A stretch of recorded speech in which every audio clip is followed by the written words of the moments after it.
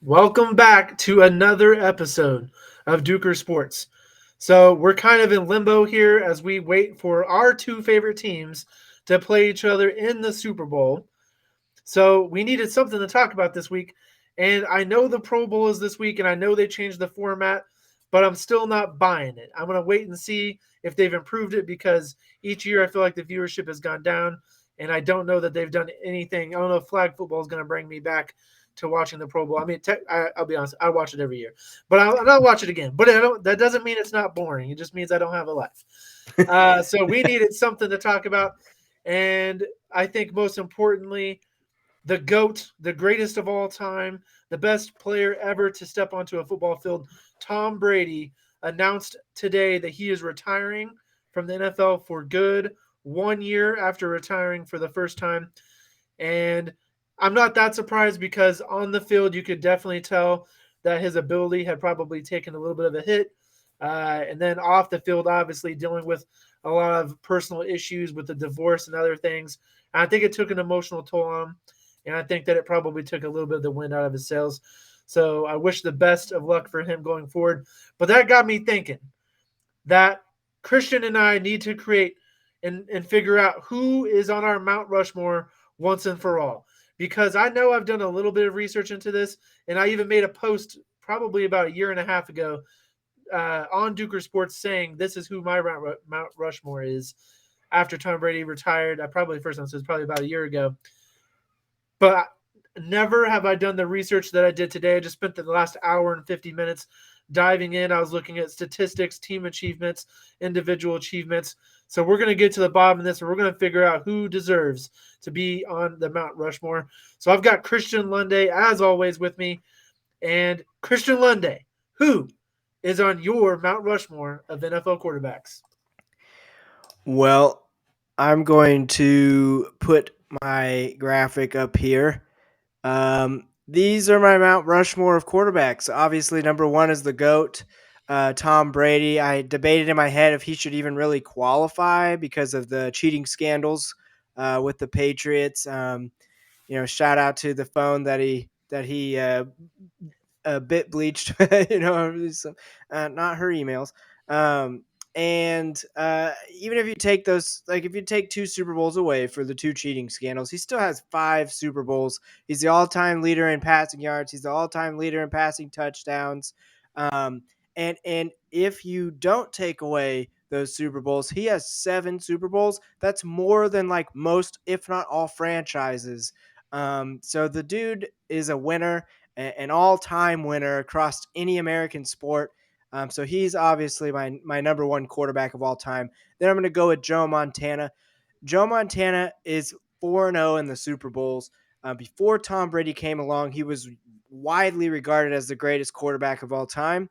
It's very hard to go 4-0 in the Super Bowl. Super Bowls aren't like going undefeated in the NBA Finals like Michael Jordan. You get, in Michael Jordan's case, the most it went was 6 games, but you get multiple games to try and win a series. In the Super Bowl, you get one game. You get one game, one chance to win. If you lose, you go home, and it's a strike against your record in perpetuity. Just ask Jim Kelly. So I think going 4-0 in the Super Bowl, plus leading the team, the 49ers back then were just an incredible, unprecedented run with the amount of talent that kind of cycled through that team, and they got the most out of it, I think. And Joe Montana, even after he left the 49ers, he took the Chiefs to the AFC Championship, which was quite an accomplishment considering our franchise at the time. Um, Third all time, I have Peyton Manning. Peyton Manning, Mr. Forehead himself. I've learned a few tricks from Peyton Manning. If you see my forehead, I think part of how I judged my list of quarterbacks this is a little presuppositionalism. Part of how I judged my list is the eye test, but Peyton Manning didn't really jump off the page with the eye test unless you paid close attention to how he controlled the line of scrimmage pre-snap. His pre-snap reads and his pre-snap audibles and commands were, top notch. The dude controlled the line of scrimmage like no other quarterback. Cerebrally, I think he was the best quarterback to ever play. And I think he is Mr. Regular Season. The guy has the most passing yards in a single season. He had the most touchdowns in a single season. He is just an incredible quarterback. So I have him as my third all time. And my fourth all time, this is going to be controversial, but this is where the eye test comes in. Aaron Rodgers was pre a certain other quarterback, was the widely regarded as the greatest, like most talented quarterback they'd ever seen. And there's a lot of quarterbacks that came along, but now Aaron Rodgers comes along. He's he can run, he can throw the ball a million yards. He is deadly accurate. He might be the most accurate quarterback ever in the history of the game. He's got it all, including off the field aloofness. So, I mean, that's a step above his competitors there. This guy is second all time in quarterback rating, and he is first all time in touchdown to interception ratio with 4.52. The next closest only has 3.92. So I think that's like an incredible stat, and he's got like 40,000 passing yards already. He just this season crossed 100 interceptions. He has like 450 some odd touchdowns. And if this year was kind of a down year, he had 12 picks this year. There's a chance. Had he been more careful with the ball, he still wouldn't even be at 100 interceptions. So I think it's been an incredible career. He has a Super Bowl win under his belt. He's got multiple MVPs. He's back-to-back MVP winner of the past two seasons before this one. So yeah, those are my top four quarterbacks. Christian, I see your Mount Rushmore, but I see something fishy going on here. Who is that peeking just over the mountain there? Oh, that's baby goat. That is Patrick Mahomes. He is having the best, I think, opening of his career. Of basically any quarterback that's ever played. He's first in yards, first in touchdowns. He actually has the highest quarterback rating of all time. He's second all time in touchdown interception ratio. He's the one with 3.92. I think if his career trajectory stays on the path that it is right now, I think he will go down as the greatest quarterback of all time. So I have him right there, peeking over, making his way to the Mount Rushmore himself. Going to knock some of these guys off, hopefully, in his career. It's very interesting. So looking at your list, before I get to my list, one thing that I wanted to talk about was my original list. So before I dived in to do all this research, I texted Christian when I told him this is what I wanted to talk about today, and I said, let's do a Mount Rushmore, and I sent him my list, and this is who was on my list. Very similar to what you just said. I had Tom Brady number 1. I had Joe Montana number 2. I had Peyton Manning number 3. There it is right there, folks. And I had Brett Favre number 4. That's the original list. However, and post back split screen for this one. Here's what happened, folks. I started doing some research. I started diving in, and I'm a nerd, guys. I'm telling you, I'm a big numbers guy, and anytime I'm doing a list like this, I create a point system, and based off that point system, because I don't want my own bias into the list, so I create a point system so I can't argue with it. The point system is what it is, and my point system was pretty simple. Each quarterback got 4 points for every Super Bowl or championship they won. They got 4 points for every MVP they won, 3 points for every all-pro team that they made. And then I went through their statistics, and I won't bore you with all the details, but I created a pretty balanced statistic point system where they get 1 point for every so many yards and touchdowns and all of that. And then I created a list. And I'm going to post after this show my top 10 quarterbacks of all time because I've got it for you. But go ahead, Christian. Put it up there. This is Dylan Dueker's Mount Rushmore of quarterbacks. And you might see some familiar faces there. You see Tom Brady. He's looking great there at number 1. You got Peyton Manning at number 2, Mr. Fivehead, not Mr. Forehead. And you've got Aaron Rodgers. And I will say you did Aaron Rodgers pretty great there with that picture. He looks like a model. Who is that guy there? The black and white. A lot of people probably don't think about this guy, but if you are a historian of the game, you should definitely know his name. And I went to high school with a guy named Chris who would always tell me that this guy was one of the best quarterbacks of all time. and he was on his short list of players who could be the greatest of all time. That man right there is Otto Graham, and Otto Graham makes my list of Mount Rushmore, and I'll tell you why in a little bit. But let's start off. Let's go in order here. So number one for me, it's Tom Brady, and I don't even feel like I need to say that much. This man he won 7 Super Bowls, and he went to 2 or 3 others, I think. Yeah, Uh, he's and seven and so, three. yep, 10 Super Bowls in his career. Until this season, he had been to the Super Bowl every other year of his career, basically. So this guy absolutely dominated the NFL. He is the best quarterback of all time. He leads every statistical category for a career. He has played in the most Super Bowls or championships. He's won the most Super Bowls. He's a 3-time MVP. Plain and simple, he's the best quarterback ever to play the game, and he's probably the most important player and the best player in general to ever play the game. Number two, I've got is Peyton Manning, and there's one primary reason that he's number two, and it's because he has more MVPs than any other quarterback in NFL history. He's 5. Not only does he have 5 MVPs, he also won 2 Super Bowls. And on top of that, statistically, he's pretty much number two right across the board, statistically. So he's one of the most successful quarterbacks. And it's interesting because when I look at these two, I think they're very comparable in the way they play the game. And I think the thing that separates them from everyone else is one, I think their desire to win and the work that they put into it, but two, their mental ability. And I always say this: we talk about who's the best quarterback of all time and all of that. And anytime Patrick Mahomes gets brought up in that debate, I shut it down immediately. To me, he's not quite peaking over the mountain. He's coming up. I think I've got him. I'd have to look it up again on my list, but I'm pretty sure he's closing in on the top 20 quarterbacks of all time.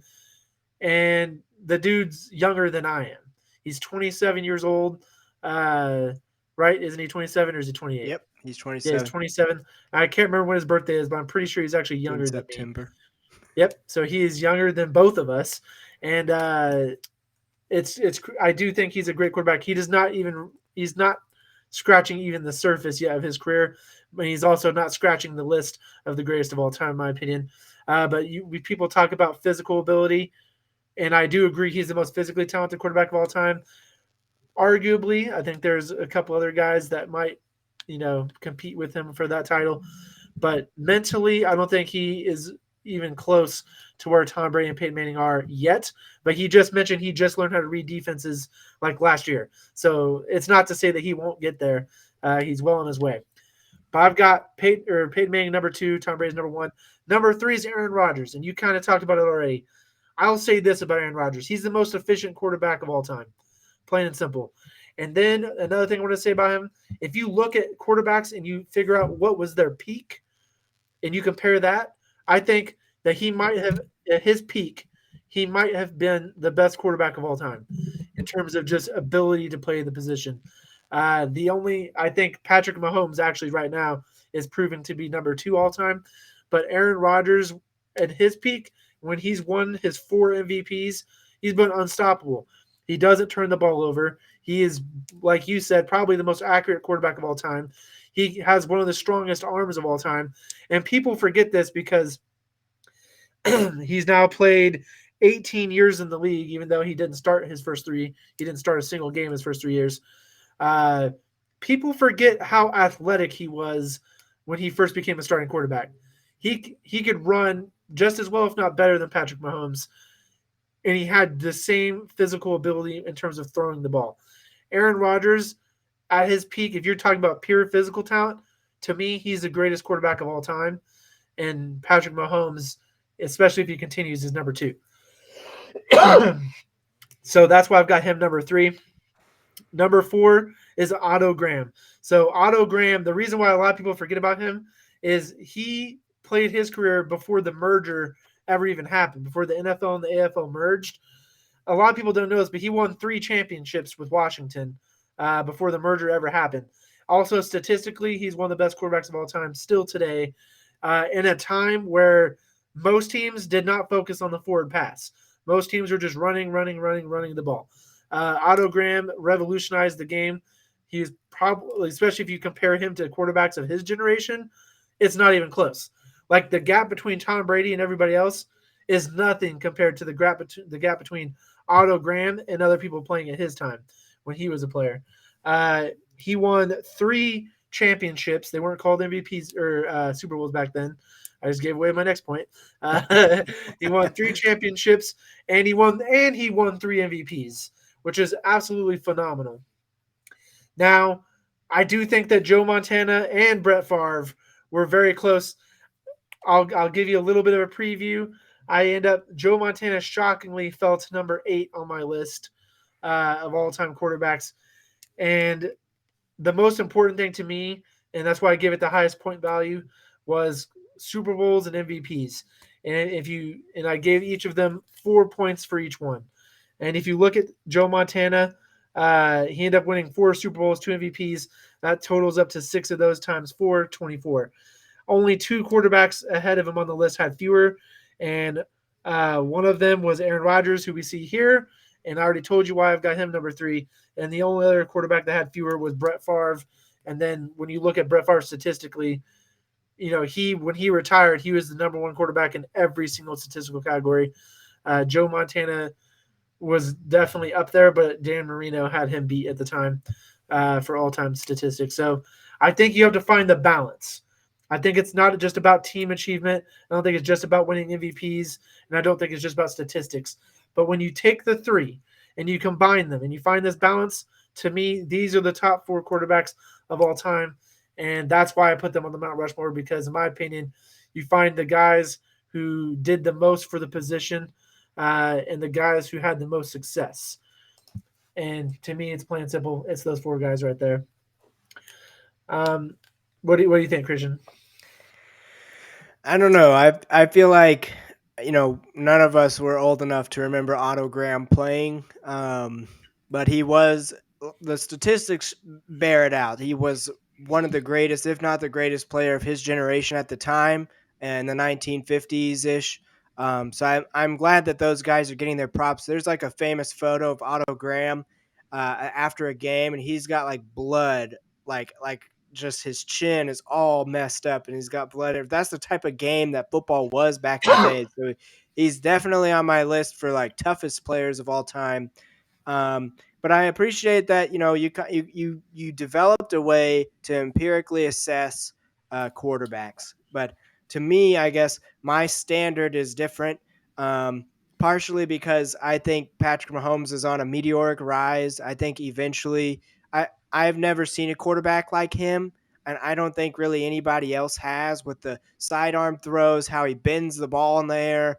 Um, just his unorthodox footwork that helps him launch the ball 80,000 yards. But I think outside of Patrick Mahomes, with the other quarterbacks we have on the Mount Rushmore, I mean, obviously Tom Brady is going to be your number 1, but the list becomes subjective after that. What do you appreciate more? You appreciate regular season dominance? That's obviously Peyton Manning. You appreciate efficiency? That's obviously Aaron Rodgers. Do you appreciate winning? There's no one who won at a more effective rate than Joe Montana. He was undefeated in the biggest games of his career. So, I mean, take your pick, but I think it's universally recognized, whether you care about the cheating scandals or not, or you blame Bill Belichick more than Tom Brady or vice versa. Tom Brady is unquestionably the greatest, most accomplished quarterback of all time, and did things. He had 3 Hall of Fame careers in one career. He basically replicated Dan Marino in the 10 years that the Patriots didn't make the Super Bowl. In his first year, he basically did a Kurt Warner, where he just took over a team, took him to the Super Bowl and won. I know he relied more on his defense, but that still counts as a W. And then in his twilight years, he basically pulled a John Elway and won 2 Super Bowls. Actually, from 2014 to 2020, every other year he won the Super Bowl. That's insane, and it with 2 different teams. So there's just the dude's almost like there's nothing else you can say about him. His accomplishments speak for themselves. His 7 rings speak for themselves. He's definitely the greatest quarterback, most accomplished quarterback of all time. And I understand like a lot of people hate Tom Brady. And there was a time whenever I was a young man and I hated Tom Brady. And I think it was because I hadn't grown up into an adult yet. And then I realized, why in the world do I hate Tom Brady? There's really no reason. When you talk about the cheating scandals, I think both of those were blown epically out of proportion. And I think a lot of it is because it was Tom Brady and how successful he is. First of all, there's the filming scandal, uh, the Spygate, if you will. And basically, what was happening were, and this is, I was a St. Louis Rams fan back then. They were spying basically on Rams practices before the Super Bowl, and a lot of people say, it was because they want to know what plays they were going to run so they can prepare their defense. Now, the person who reported him, I've read and watched a documentary about this. I think was Eric Mangini is the one that actually sent Yep. to the league office. Now, Eric Mangini came out and said after, of course, years later, he said, I'm going to be honest with you, every team in the league was doing this, but when I saw Bill Belichick doing it, I had to tell the NFL. So he reported Bill Belichick for doing something that the whole league was doing. So I don't really think that gave them a competitive advantage. And then Deflategate is one of the most controversial things I've ever seen in my entire life. I have no idea what happened, and I'll tell you why. Because the NFL did an independent, not independent, they did an internal investigation, and they found that it was like 10 out of 11 or 11 out of 12 footballs were underinflated.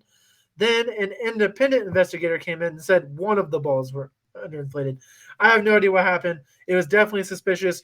Tom Brady definitely destroyed his phone on purpose, Yep. which is why ultimately he was suspended.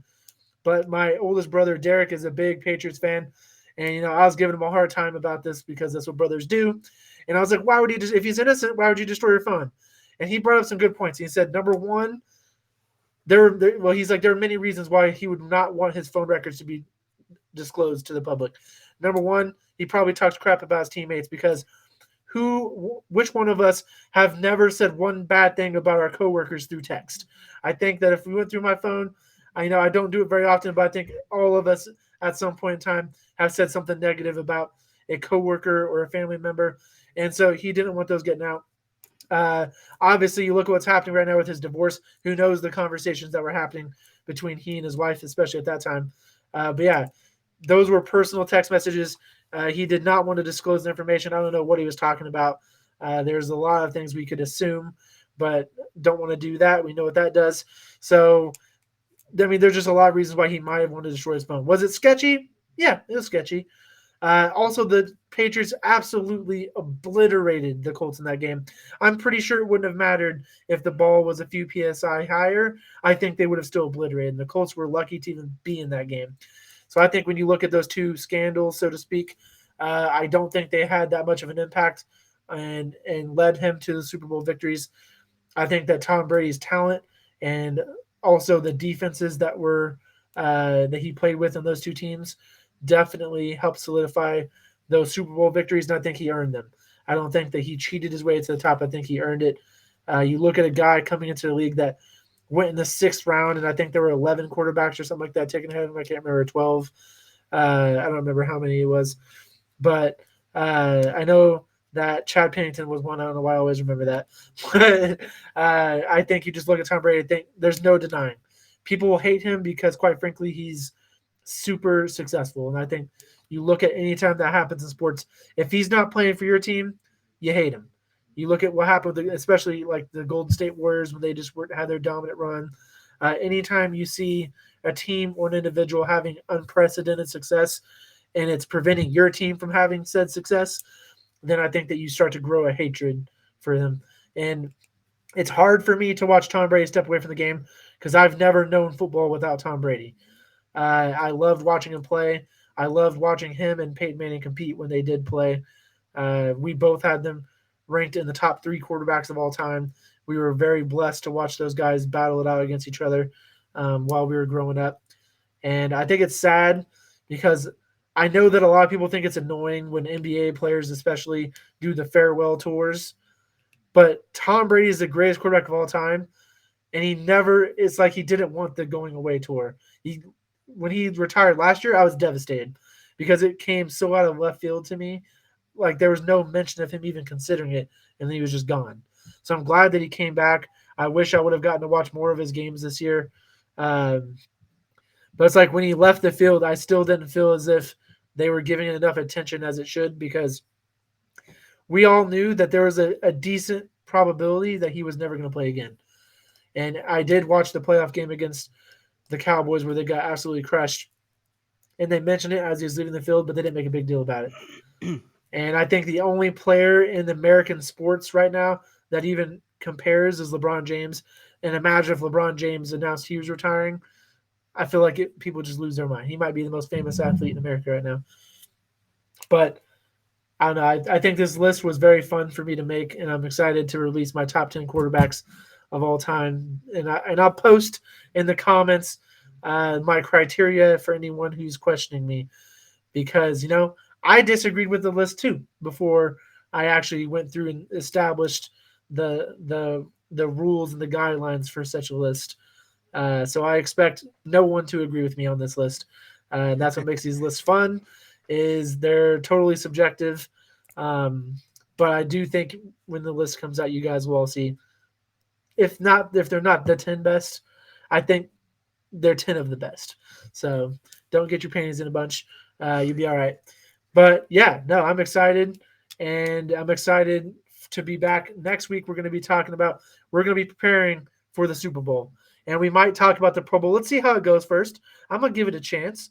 Let's see if it's exciting. Let's see what these Pro Bowl games are all about. So we might mention that, but we'll have 2 more episodes coming out next week, Monday and Wednesday.